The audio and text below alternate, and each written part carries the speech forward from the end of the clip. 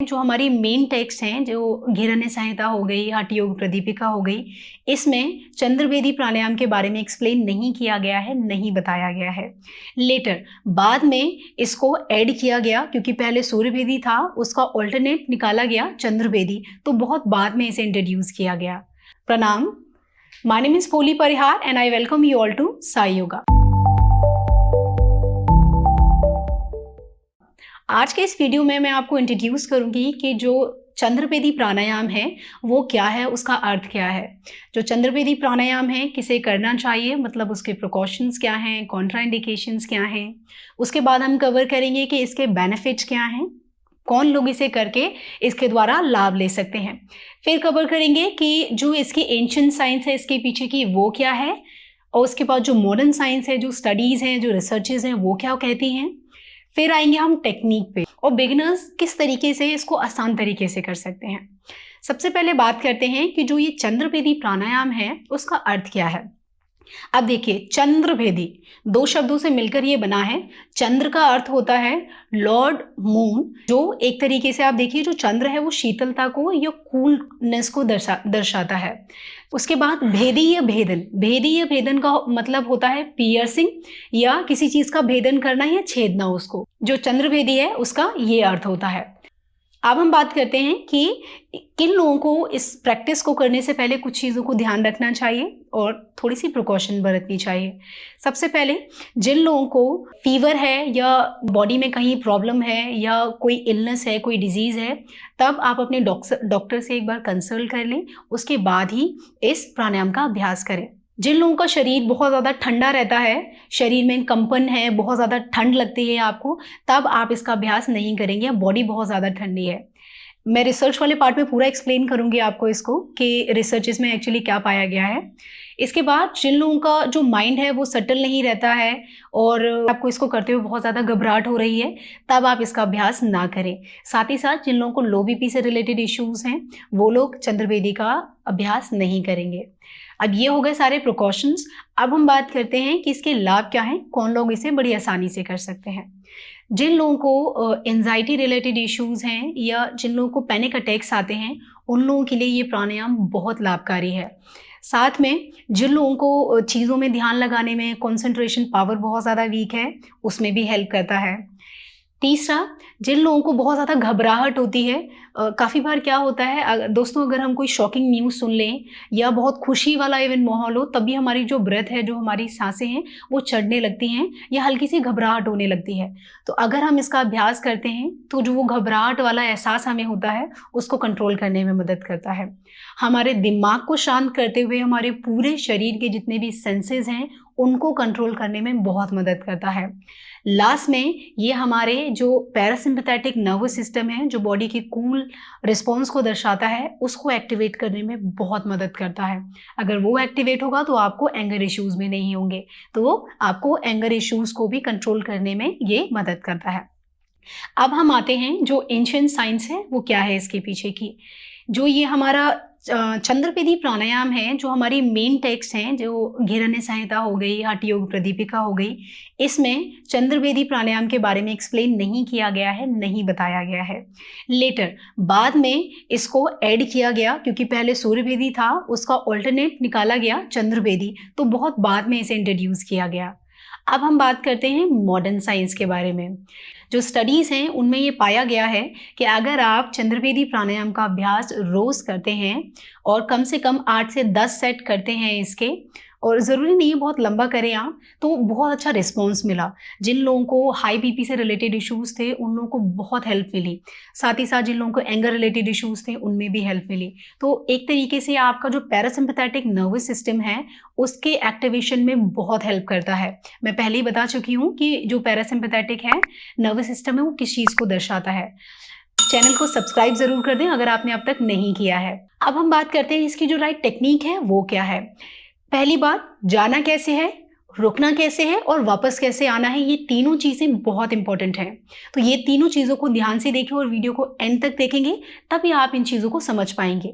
सबसे पहले आप जिस तरीके से कंफर्टेबल हैं, अगर आप बेड पे बैठ के या ज़मीन में बैठ के जैसे भी करना चाहते हैं कर सकते हैं। लेकिन अगर आप ज़मीन में बैठ के कर रहे हैं तो अपने हिप्स के नीचे या तो तकिया रख लें। तकिया एक ऐसी चीज़ है जो बड़ी ही आसानी से घरों में उपलब्ध होती है, मिल जाती है। तो आज हम लोग करेंगे सुखासन में ये क्रॉस लेग पोजीशन। जब भी हम किसी पूजा में बैठते हैं तो दोनों पैरों को आलती-पलती मार के बैठते हैं, तो बस उसी प्रकार आपको बैठना है दोस्तों। दोनों पैरों को क्रॉस कर लें, कमर गर्दन सीधी रहेगी। उसके बाद अगर शुरू में समस्या हो रही है, दिक्कत हो रही है, दीवार का सहारा ले लें, कोई समस्या नहीं है। उसके बाद क्या करना है, अपनी जो दोनों आंखें हैं जब फाइनल प्रैक्टिस करेंगे उस समय बंद रखें। अब आपको पूरी जो सांस है वो लेफ्ट नॉस्ट्रिल से अंदर लेंगे और राइट से बाहर छोड़ेंगे। लेकिन जब हम इसका अभ्यास करते हैं तो एक मुद्रा है जिसके साथ ही आपको इसे करना होता है, तो इसके बारे में आपको पता होना चाहिए। आपकी जो फर्स्ट और सेकंड फिंगर है उसे मोड़कर अपने अंगूठे के रूट में लगा दें। इसको या तो हम प्रणव मुद्रा या विष्णु मुद्रा बोलते हैं, इसके और भी नाम हैं। अब इसके बाद क्या करना है, जो आपका अंगूठा है उससे आपको आपकी राइट नॉस्ट्रिल को बंद करना है और जो बाकी 2 उंगलियां हैं उनसे आप अपनी लेफ्ट नॉस्ट्रिल को बंद करने के लिए यूज करते हैं। ऐसा करने में प्रॉब्लम हो रही है, आप चिंता मत करिए, मैं उसका भी सोल्यूशन आपको दे देती हूँ। आपको क्या करना है, आपकी पहली 2 उंगलियों को, ये आज्य चक्र कहलाता है, ये बिंदी वाला पॉइंट है, वहां रखेंगे। सीधे हाथ का जो अंगूठा है उससे राइट नॉस्ट्रिल, बाकी 2 उंगलियों से अपनी जो लेफ्ट नॉस्ट्रिल है उसे बंद करेंगे। तो ये हो गया कि किस मुद्रा में करेंगे। अब सांस कैसे लेनी है आपको, और इसकी 2 टेक्निक बताऊंगी, टेक्निक नंबर 1 और टेक्निक नंबर 2। जो टेक्निक नंबर 1 है वो पहले से चली आ रही है, जो टेक्निक नंबर 2 मैं आपको बताऊंगी वो अभी न्यूली इंट्रोड्यूस की गई है। अब इसमें क्या करना है, जो हमारी लेफ्ट नॉस्ट्रिल है उससे आप सांस को अंदर लेंगे, जो हमारी जो ईड़ा नाड़ी है जो ठंडकता को दर्शाती है उससे सांस को अंदर लेंगे। जो हमारी राइट नॉस्ट्रिल है वो पिंगला, मतलब जो सूर्य है या हीट है उसको दर्शाती है या उसको डिनोट करती है। दूसरी लैंग्वेज में जो हमारी लेफ्ट नॉस्ट्रिल है उसे यिन के नाम से जानते हैं, मतलब ठंडकता, कूलनेस। वहीं येन मतलब राइट नॉस्ट्रिल, जो हीट है उस वाली साइड को दिखाती है। तो दोनों लैंग्वेज में मैंने आपको बता दिया है। अब टेक्निक पे आते हैं। सांस को 3 सेकंड तक आपको अंदर होल्ड करके रखना है शुरू में। उसके बाद मैं आपको बताऊंगी कि आप कैसे बढ़ा सकते हैं इस चीज को अपने। एक राउंड मैं आपको करके बताऊंगी। आपकी जो पहली मुद्रा है, प्रणव मुद्रा अपने हाथ से या विष्णु मुद्रा बना लें, अपनी नॉस्ट्रिल को बंद कर लें। उसके बाद लंबा गहरा सांस आप पूरा लेफ्ट नॉस्ट्रिल से अंदर लेंगे, आंखें बंद करेंगे 3 सेकंड तक।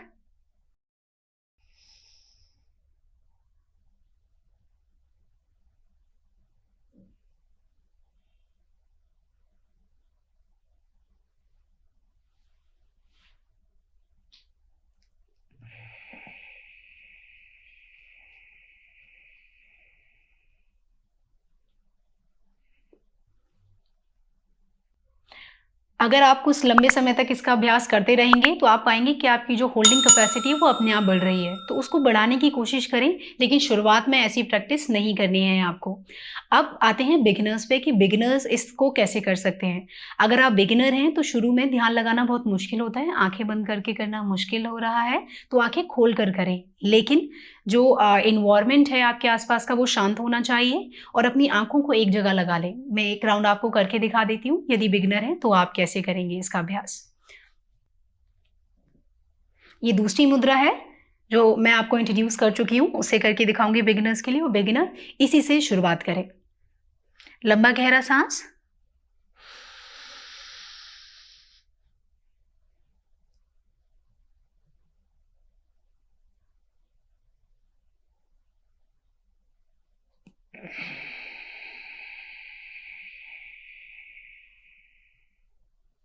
दस राउंड करें और धीरे से वापस आए।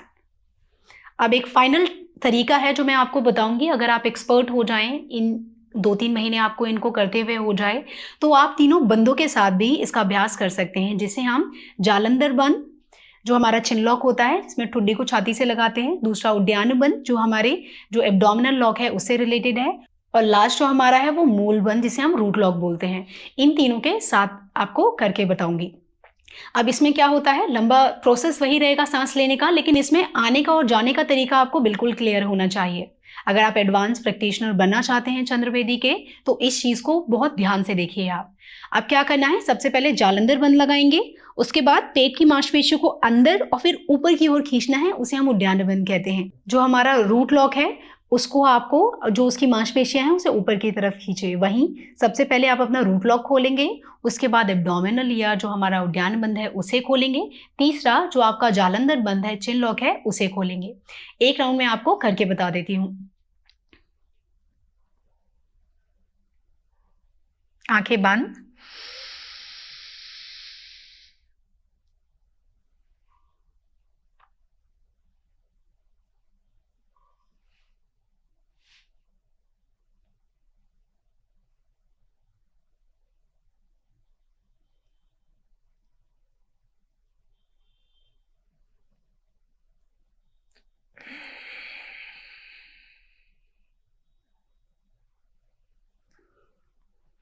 इस प्रकार जो एडवांस प्रैक्टिशनर हैं जिनको कोई समस्या नहीं है वो इस प्रकार कर सकते हैं। जिनको हाई बीपी से रिलेटेड इश्यूज हैं या ब्रेथ से रिलेटेड कोई भी इशू है तब आप सांस को नहीं होल्ड करेंगे, और जिनको गर्दन में प्रॉब्लम है वो जो हमारा चिन लॉक है उसका अभ्यास ना करें।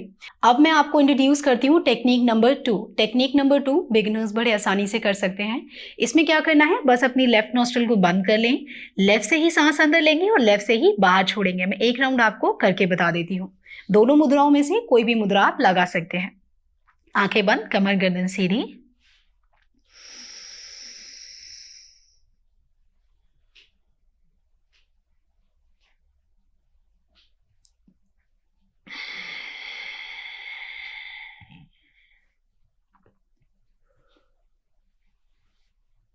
ये थी हमारी टेक्निक नंबर 2।